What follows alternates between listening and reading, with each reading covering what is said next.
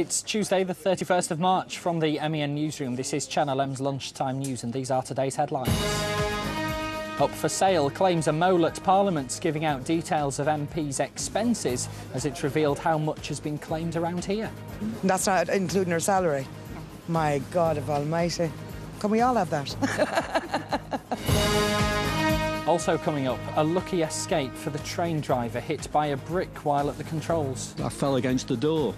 Well, sometimes the door is open. And why people in one part of Greater Manchester can't get enough of Barack Obama. Not only is he, a good political speaker, I think he's also coming across as a bit of a political hero for a lot of people.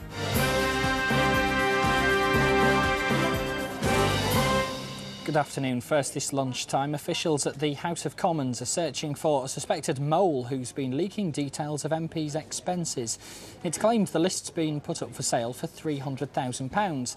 That's as figures have emerged detailing how much MPs around here have claimed in just 1 year. It totalled £4.5 million. Janet Anderson, who represents Rossendale and Darwen, claimed the most, more than £173,000 in 1 year. She's followed by Oldham East's Phil Wallace, who claimed almost £170,000. And then Ivan Lewis of Bury South with almost £166,000. Also in the top 10 are Salford MP Hazel Blears, who claimed just under £165,000, and also Beverly Hughes from Stretford and Urmston, whose bill ran to £164,000. Check out how much your MP claimed in the full list at manchestereveningnews.co.uk. This comes at a time when unemployment levels are increasing and many people are being told their pay has been frozen if they do have a job. We've been asking people in Salford what they make of the amount being claimed. My God of Almighty. Can we all have that? I think that's really bad. That is unbelievable. Yeah, they should be paying it towards the community, improving the community, making it better for everyone that lives here, not just for her lining her own pocket. Disgusting. Disgusting it is, it's terrible. It is, that's terrible, that. Never knew that. No, definitely not. No, she should get expensive if for work, but I don't believe in the amount they get. I mean, it's disgraceful that. When other people are all struggling and that, that is bad. MPs, I wouldn't trust them with dead cat. Quote me on that. Well, let's get some more on this now. We're joined by the Manchester Evening News chief reporter David Otterwell. David, thank you very much for joining us. Why do you think this issue has blown up into such a big row for MPs at the moment? I think there's basically two reasons. One is obviously we've had a number of quite controversial expenses claims recently, Jackie Smith, Tony McNulty, things like that. The other one is the more general point, which I think you mentioned, which is that we are in a time of recession. Everybody else is tightening their belts, and people are beginning to think, well, maybe MPs should be doing the same. So there's more scrutiny there. Now, despite the row over what MPs are claiming, given the current rules, it does seem as though they aren't actually doing anything wrong, are they? It's sort of difficult to tell in that we only get a very broad brush at the moment. That will change later on in the summer when we'll get much more detailed accounts. But as far as we can tell, that's absolutely right. And we mentioned Janet Anderson, but of course her excuse always is, my mileage claim's so high because I've got a remote constituency and I'm driving around doing my job. We know that a review of expenses has been ordered. What do we know about exactly what that's going to look at and also how long it's going to take? It'll look at different issues. I mean, obviously there's some very controversial allowances at the moment. Second home allowance is one that's been in the news a very great deal. I think it'll look at whether maybe that could be rolled into MPs' salaries, whether some of these allowances should be claimable at all. In terms of timescale, I think what helps is you have all-party support. Gordon Brown is pushing for this to be resolved. David Cameron doing the same. That should help get it through quickly. But of course, as with all things in politics, it's sometimes hard to say. OK, David Otterwell, thank you very much for speaking to us this lunchtime. Staying with Parliament, CS spray has had to be used to break up a brawl between journalists at the Palace of Westminster. Police were called to a fight between two men who'd been at a reception hosted by Tory party chairman Eric Pickles. The pair had left the event and were arguing in a corridor behind the Speaker's chair. British armed forces in Iraq have formally handed over command to their American colleagues. It's the first stage of the process that will lead to almost all the 4,000 UK troops there being brought home during the summer. Since the start of the conflict in 2003, 179 of our personnel have lost their lives and many more have been injured. A train driver has been describing the terrifying moment he was attacked by yobs throwing stones at him while at the controls. Just hours after John Hobbs was hit on the East Lancs Railway, a second train was also targeted. Well, I've got a wound across the centre of my forehead between my eyes where the ballast has got a triangular hole where it's gone into my forehead, and you can see I'm growing a black eye as well.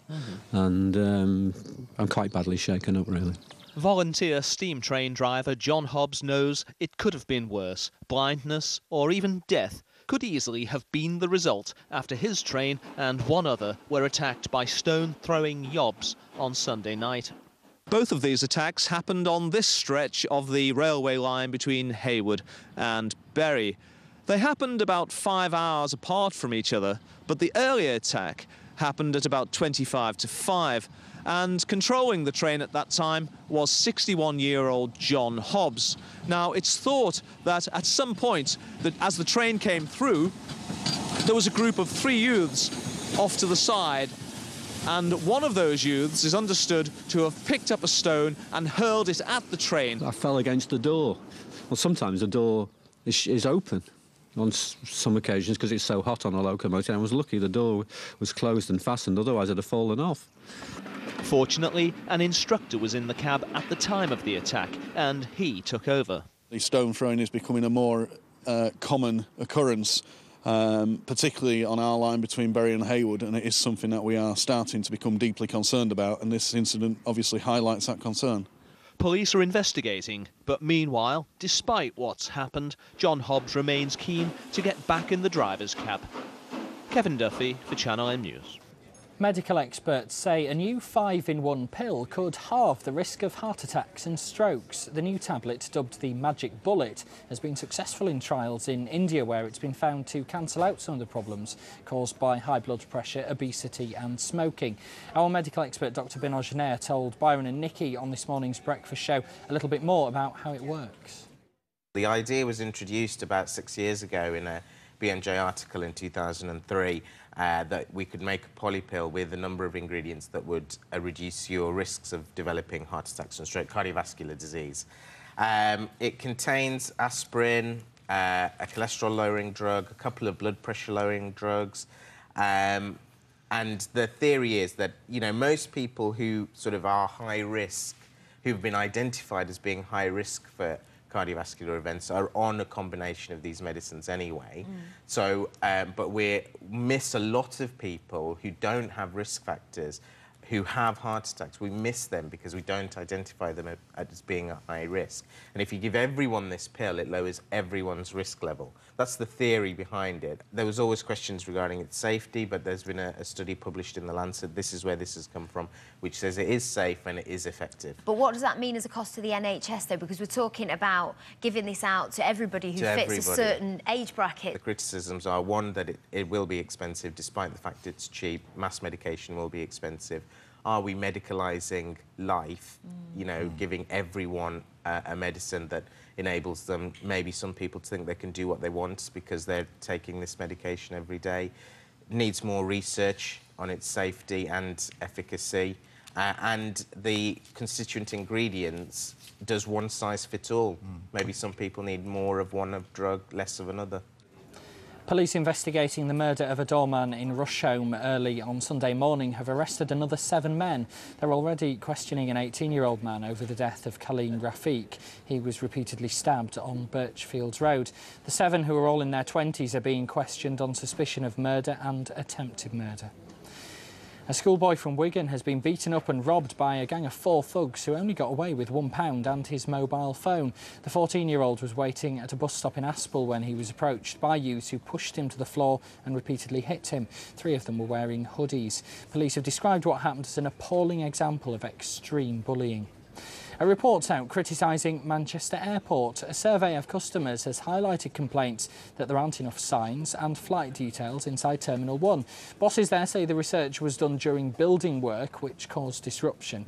This comes as the airport starts gearing up for one of its busiest periods as families get ready to jet away for Easter. We've been looking at how much the big getaway's been affected by the recession. We've seen a few different trends this year. The passenger numbers are pretty much the same as last year, but the way people are travelling and the way that they're booking is different. Now, what we've seen is a lot of last-minute deals, a lot of people thinking, I just need to go on holiday and I'm going to book it at the last minute. One of the interesting trends is for the charter market, people are booking all-inclusives because they want to know exactly how much they're going to spend on their holiday, and all-inclusives have become very popular this year. The weak pound against the euro has seen people kind of avoiding the eurozone and going to more far-flung places like Morocco, Egypt and so on, so that they can take advantage of the currency there. Time now to take a look at the lunchtime sports headlines. Checking those for us, here's Sam Goodman. Thank you very much, James. Well, the Manchester City manager, Mark Hughes, is preparing for a mass clear-out of players this summer. It's thought that up to 16 senior players will leave Eastlands, with a number of star players expected to arrive during pre-season. Those thought to be given the axe include Gelson Fernandes, Kasper Schmeichel, Tal Ben Haim and Benjani. Well, on to the Reds, and former England and Manchester United goalkeeper Alex Stepney has urged Ben Foster to stick it out at Old Trafford and keep the pressure on Edwin van der Sar and David James. Foster has voiced his concerns that not being number one for his club could jeopardise his international career. Gary Neville has given Sir Alex Ferguson a boost ahead of Sunday's clash with Aston Villa after he played nearly an hour for the reserves during last night's 3-3 draw with Newcastle. It was his first match in 2 months. Now, if you think you've scored some amazing goals in your football career, then think again. Altrincham defender Michael Welsh scored from 70 yards during the 2-2 draw with Crawley at the weekend, and it's not the first time he scored a wonder goal either. I don't think we can see this goal enough times, actually. Yeah, perhaps talk us through it. You just mentioned it there, Michael, but perhaps talk up the sort of build-up. So here we go. Yeah, I mean, the ref gave a free kick and the ball was stationary, which enabled me to have a strike at goal. And obviously the keeper was edge of his box, and fortunate enough I've caught it well and it's flown in.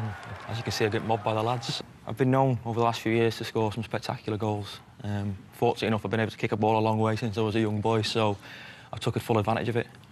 Absolutely, and I mean, as on your website, you kind of specialise in and talk about sort of the specialities needed in these long-range goals as well. Yeah, there's my dad a few years ago, acting on behalf of me as an agent, has set a website up, and there's probably 6 or 7 goals on there from throughout my career that I've scored from certain distances, and quite a few spectacular ones involved in all of them. So.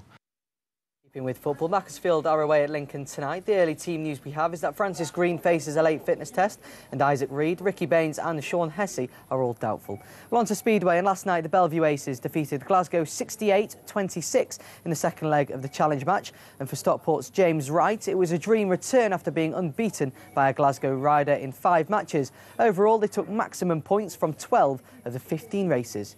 Now, while local football success is dominating the sports pages and television, a local ladies hockey team is looking to emulate Sir Alex Ferguson's men. Bowden Hightown women have already won the England Hockey Premier League, the National Indoor Cup, are through to the semi-finals of the England Hockey Cup, and over Easter they'll be hosting the European Cup Winners' Cup, where they'll lock horns with the best that Europe has to offer. This year's been a starting block of 2 years, 3 years development, and we've won the league, which we're very proud of. We've also won the National Indoor Cup as well, and this is going to take us into this Easter's European Cup Winners' Cup, as well as 2 more European adventures next season as well. So yes, we're very proud of what we've achieved so far. You know, it's the first time in 10 years that any European club event has been hosted in England from a women's perspective, and for us to sort of bring back the game and give it as much coverage as possible, we're very proud and we're determined to make the very best of it. Trust me, playing in a European competition is very, very different from playing in a domestic competition. The Amsterdam team, for example, will contain quite a few professionals, people who are paid to play. They will be playing in front of crowds of maybe 3,000 or 4,000. Hockey in Holland, men's and women's, is a really, truly national sport and has a great following both live and on TV. They've just got to play as well as they can. Certainly some of the performances this season have been very, very heartening. They've got to be on the top of their game. As a player, it comes along once in a lifetime, you know, and some people not in a lifetime at all. It would cap what has already been, you know, an immense season, you know, not just personally, but, you know, for the team. You know, it would just be an absolutely incredible achievement, and one, you know, when we look back on this in years to come, you know, it'll be, everyone will be remembered. You know, you'll remember everyone, no matter where you go with your life. When you stop playing hockey, you'll think back to the people you were with, the memories that you had, you know, and no one else will be able to understand what an achievement it was. In cricket, Andrew Flintoff has been passed fit to play in the one-day international series decider against the West Indies on Friday. There'd been concerns that he'd fractured his hand. But unfortunately, his Lancashire teammate and captain Glenn Chappell is likely to miss the start of the season. A scan has shown a tear in his hamstring, which usually takes 4 to 5 weeks to heal. And finally, Rio Ferdinand took part in England training this morning, for giving us some hope that he'll be fit for tomorrow's World Cup qualifier against Ukraine at Wembley. Well, that's all the sport from me for now. Join me again later this evening for some more. Sam, thanks very much for the update. Lots more still to come between now and 1 o'clock, including a special and exotic delivery of rare sea creatures and the woman who managed to tackle a knife-wielding thug more than a foot taller than her. I had him in a headlock and applied a little bit of pressure to his groin area with my knee to make sure his movement was restricted.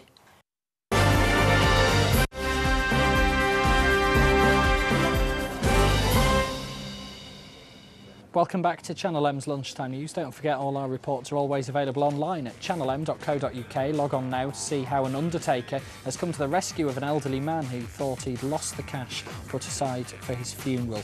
And the taxi driver who thinks he's found a loophole in some of Manchester's bus lanes for people who've been fined. That's at channelm.co.uk. 3 men dressed as bogus police officers have burgled the Royal British Legion in Walkden. They turned up in high-vis jackets with police written on the back shortly before 2:15 yesterday morning as the steward there was closing up. They got away with the cash from the gaming machines as well as the club's takings. We've been speaking to one of the members of staff who was there who didn't want his face to be shown on camera. Thinking back, do you think there was anything about the way that they were dressed or the way they conducted themselves that might have given away the fact that they weren't the genuine police? No. Well, like I say, I looked through the window first. I checked on the closed-circuit television. I did ask who they were. They had the uniforms on. A warrant card, as far as I know, was genuine. So I had no reason to worry. Police are police. You trust the police, don't you? As soon as they turned me round and put the cuffs on, I knew it. Whoops, that's wrong. Let's hope they save someone else the trouble, hassle. Well, in a separate case, details have just been released of how 2 men posing as police officers stole a van and cash during a robbery in Oldham. A driver was flagged down on Godson Street on the morning of Friday the 13th of March. The men dressed in police uniforms told him they needed to search his van for firearms. A former pub landlady from Radcliffe who pinned down a knife-wielding man almost a foot taller than her has been speaking of her ordeal. Georgina Harmer held Wesley Ogden from Oldham in a headlock till police arrived after he stabbed a man outside a pub in Bury. He's now been jailed indefinitely. Initially in the chase, I grabbed him at the back of his hood. I grabbed his hood, pulled him back, and I had him in a headlock. And applied a little bit of pressure to his groin area with my knee to make sure his movement was restricted. And that's how I kept hold of him until the police came. He was struggling a little bit, and as I say, I was struggling to keep hold of him. And then this is when I shouted for somebody to help me, when this guy came over. And then when the police came, we just got him to the floor and they put his handcuffs on him behind his back. A consignment of rare seahorses has arrived here in Manchester. The Big Belly seahorses have flown in on their way to the Blue Planet Aquarium at Cheshire Oaks, where they'll be part of a new captive breeding programme. We set up this morning from Portsmouth Blue Reef Aquarium. The seahorses arrived at Southampton. Flybe have been amazing. We arrived here just before 10, so hopefully the seahorses will be settled in their new home by lunchtime today. So it's been really, really fast. We couldn't have done it, any quicker. It's been great. The seahorses actually had sort of VIP spot at the front of the aircraft, just in front of the pilot. He can control the temperature, so we can make sure they're usually about 18 to 20 degrees, so they were kept nice and warm for us.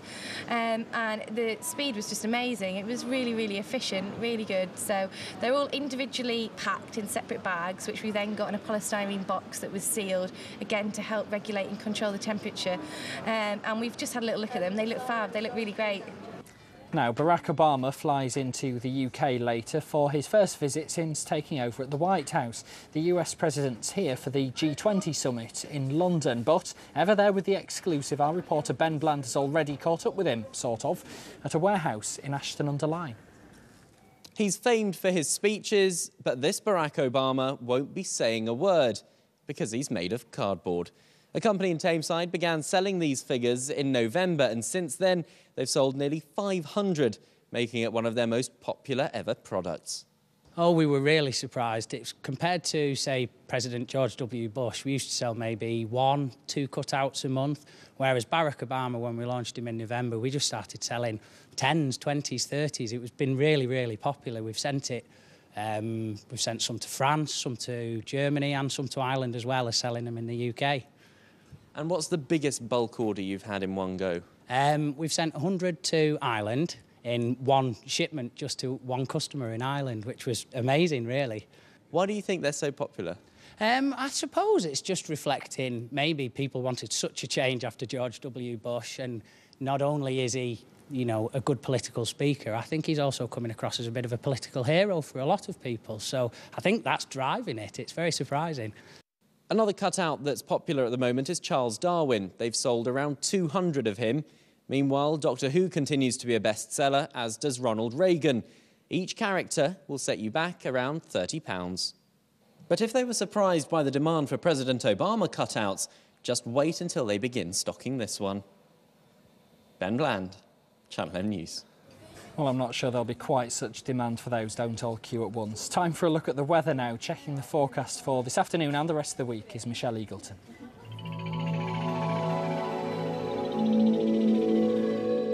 Well, it started off very cloudy across Greater Manchester, and we have seen highs of 12 and 13 degrees in most places. So it's been a milder day than it has been over the past couple of days, but really quite a mixed bag for you. I know we saw a few showers in some places this morning. This afternoon's fairly different. It will dry up somewhat, and then we are going to see some brighter spells towards tea time. Now, that was a picture that we saw this morning.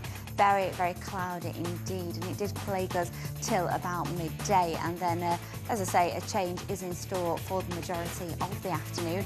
And in fact, as we get to about 5-6 o'clock, we're going to see some of that sunshine creeping in from the easterly direction, leaving a dry and bright night across the region. But is it going to stay like that? Let's take a look at the 5-day forecast for you, because tomorrow, pretty much the same picture as today, a mixture of sunshine and showers. Thursday and Friday looking absolutely glorious, highs of 17 on Friday, just slipping down to 14 on Saturday.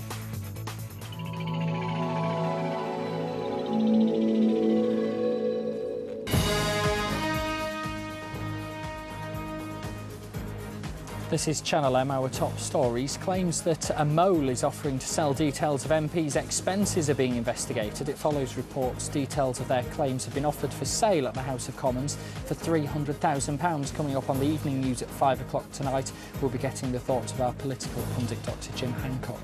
A ceremony is taking place in Iraq to officially hand over control in Basra to American forces. It's the start of the withdrawal of UK troops, which will be completed by the summer. A train driver's had a lucky escape after being hit by a brick while working on the East Lancs Railway. Thugs were throwing stones at his steam engine shortly before they targeted a second one. Medical experts say a new 5-in-1 pill could halve the risk of attacks and strokes. It's been tried out in India and has so far proved to be fairly successful. Those are today's headlines, and that was the lunchtime news. Much more on all those stories with Andy Crane from 5 o'clock tonight, but from me and the rest of the lunchtime team, have a very good afternoon. Bye-bye for now.